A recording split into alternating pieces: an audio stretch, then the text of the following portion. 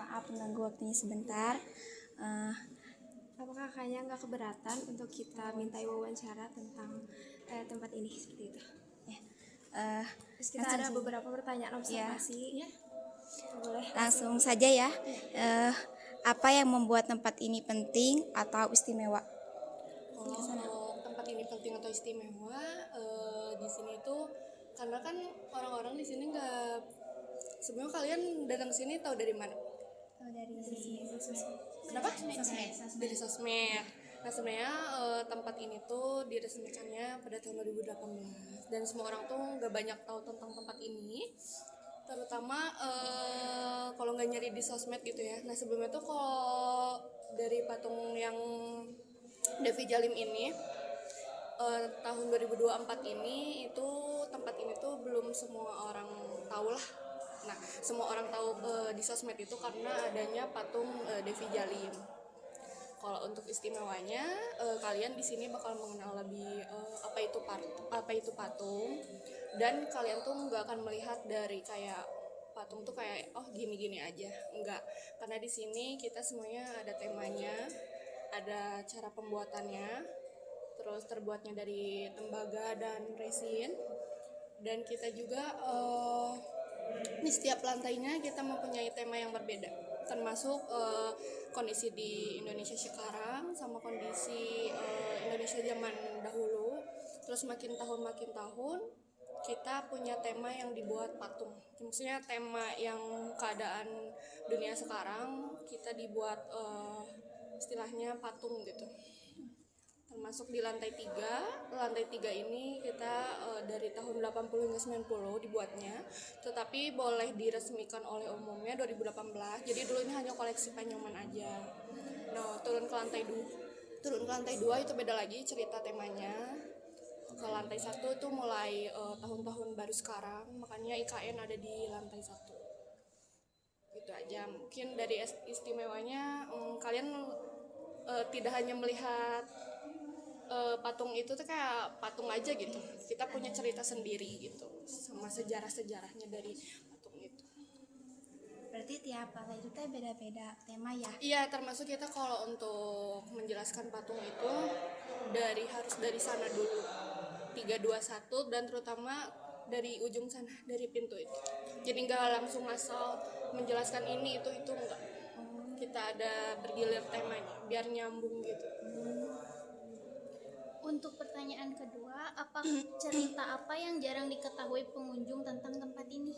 Nah, yang aku balik lagi ya ke yang nomor 1 itu, pengunjung melihat cerita tentang yang patung Devi Jalim ini tentang malaikat maut atau kayak dewa maut gitu. Ternyata ini adalah arti patung itu tentang kondisi Indonesia sekarang. Itu sangat speechless lah kalau kalian tahu gitu ya artinya. Sebelumnya kalian udah nonton belum penayangan film? Nah itu kita diceritain saat pembuatan patung ini sama pemasangan rantai-rantai. Terus kita kan dibuat acara yang sangat spiritual gitu, kayak acara malam-malam kayak diarak-arakin gitu pakai bali-bali gitulah. Terus kayak dibuat acara sampai tengah malam karena arti yang patung tuh sangat deep gitu.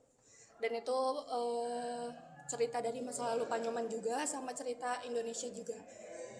Kalian tahu Panyomannya nggak? Yang itu gambar. Iya. Nah Panyoman juga ini walaupun dia orang yang terkenal membuat patung gitu, yang membuat IKN, GWK, nah dia juga pernah ditipu oleh negara. Sebenarnya di banyak yang foto di situ tuh nggak tahu artinya apa. Jadi jolim tuh jadi orang yang jolim gitu. Jadi Panyoman tuh pernah dijolimi oleh ya gitulah. Makanya kayak istilahnya kayak GWK itu kayak dikorupsi atau apa kan karena lama. Sebenarnya itu dana dia sendiri. Makanya kayak ke stuck berapa tahun kan. Nah itu tuh beliau tuh pakai dana sendiri, bukan kayak ini mah dikorupsi atau enggak. Itu beliau pure uang dia sendiri, makanya dia lama 28 tahun dibuat gitu. Beliau bekerja sama terus menjual saham. Jadi GWK itu ada 2 gitu, yang punyanya bukan Panyoman aja. Makanya dari situ mulai 2012 berjalan lagi GWK, diresmikannya 2018. Nomor 3 apa? Nomor 3 itu pertanyaan ketiga, bagaimana kondisi tempat ini dibandingkan masa lalu? Oke, kalau untuk sekarang mungkin orang-orang lebih ke mendokumentasikan patung-patung di sini. Kalau untuk di masa lalu, ini kan tempatnya hutan ya dulu tuh. Tempat ini tuh hutan di dalam komplek juga, dan itu dulu koleksinya Panyoman. Terus jarang lah orang tahu tempat ini. Kalau untuk istimewanya sekarang mungkin lebih dikenal publik. Terus kita juga selalu mengagendakan TDV atau tour the venue untuk anak-anak TK, SD, SMP maupun SMA, kuliah juga. Kita juga mengenalkan lah kalau di Nol itu ada apa aja, bukan hanya patung aja gitu. Di luar juga kita masih ada cara pembuatan patung. Nah, kalian taunya GWK sama IKN itu dibuatnya di mana? Nah, semuanya tuh kita di sini, Kak. Iya, jadi GWK sama IKN tuh kita semuanya di sini. Pembuatannya di sini, nggak ada yang di sana. Jadi dibuat dulu di sini, diangkut sama 300 truk kita ke sana. Jadi semuanya pure di sini gitu, alami di sini. Nah, istimewanya dari yang dulunya hutan, Panyoman membuat tempat ini luasnya itu 3,5 hektar. Dan Panyoman juga telah menanam 2.000 pohon di sini. Jadi sudah jadi nih Nuart. Nah, di kanan kiri belakang juga kan kita masih ada curug sama bagian hutan-hutan belakang. Nah, itu juga Panyoman tuh selalu menanam tanaman. Makanya di sini kita tempatnya nggak ada AC. Pure dari udara di luar. Dan ini juga bangunannya sudah anti gempa. Jadi dulu ini hanya tempat koleksi Panyoman aja untuk menyimpan patung-patung gitu. Untuk sekarang baru diresmikan untuk umum-umum gitu.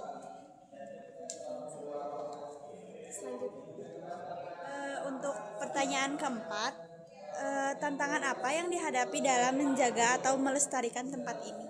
Kalau untuk tantangan, kita mungkin lebih ke lingkungan sekitar ya. Ke lingkungan sekitar kita selalu nomor 1 kalau dalam pembersihan.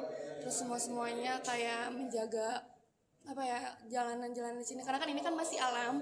Karena selalu ada manki yang turun. Selalu ada manki yang turun, ya selalu ada monyet di mana-mana. Pernah sempat ada pengunjung yang kayak lagi diem digangguin. Nah, mungkin itu kita akan kayak menjaga supaya biar pengunjung tuh aman gitu. Karena kan di sini masih kayak nyatu sama alam gitu, karena suka ada burung juga ke sini, terus kayak hal-hal binatang yang gimana gitu, takutnya nggak nyaman. Yang mungkin kita tantangannya lebih ke kayak membersihkan, terus kayak lebih ke sebenarnya yang kayak gitu kan datang sendiri gitu ya tanpa kita tahu. Jadi kita lebih ke kayak selalu check and recheck gitu dari housekeepingnya. Sejauh ini kalau untuk lingkungan mah aman-aman aja. Pertanyaan terakhir, apa yang perlu diketahui generasi muda tentang tempat ini? Menurut aku ya, untuk generasi muda itu aku ngehnya kalau untuk kita ke museum tuh hanya untuk jurusan seni atau yang masih memasuki ya seni desain atau gitulah.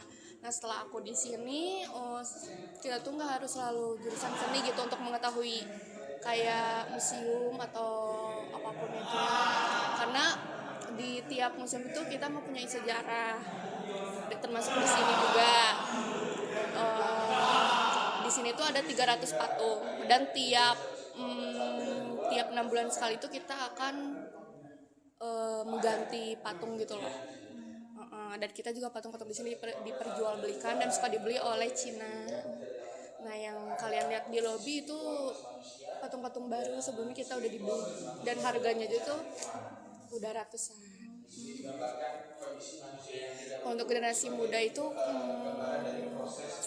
jangan menilai dari kayak cuman gitu doang, cuman seni itu hanya bentuknya aneh-aneh atau gimana, tapi di dalam maknanya itu sangat dalam gitu, sangat kayak deep, karena kalau orang seni itu menurut aku kayak dia tuh menggambar sesuatu itu sesuai dengan apa yang dia rasakan gitu.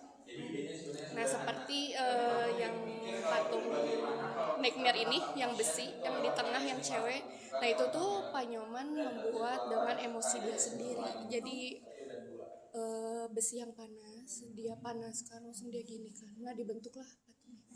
Jadi setiap Pak Nyoman membuat patung itu mempunyai emosional sendiri, mempunyai arti sendiri yang dia rasakan gitu. Itu aja. Mungkin udah untuk wawancaranya dan pertanyaan itu sudah selesai. Terima kasih Kak udah waktunya. Terima kasih Kak.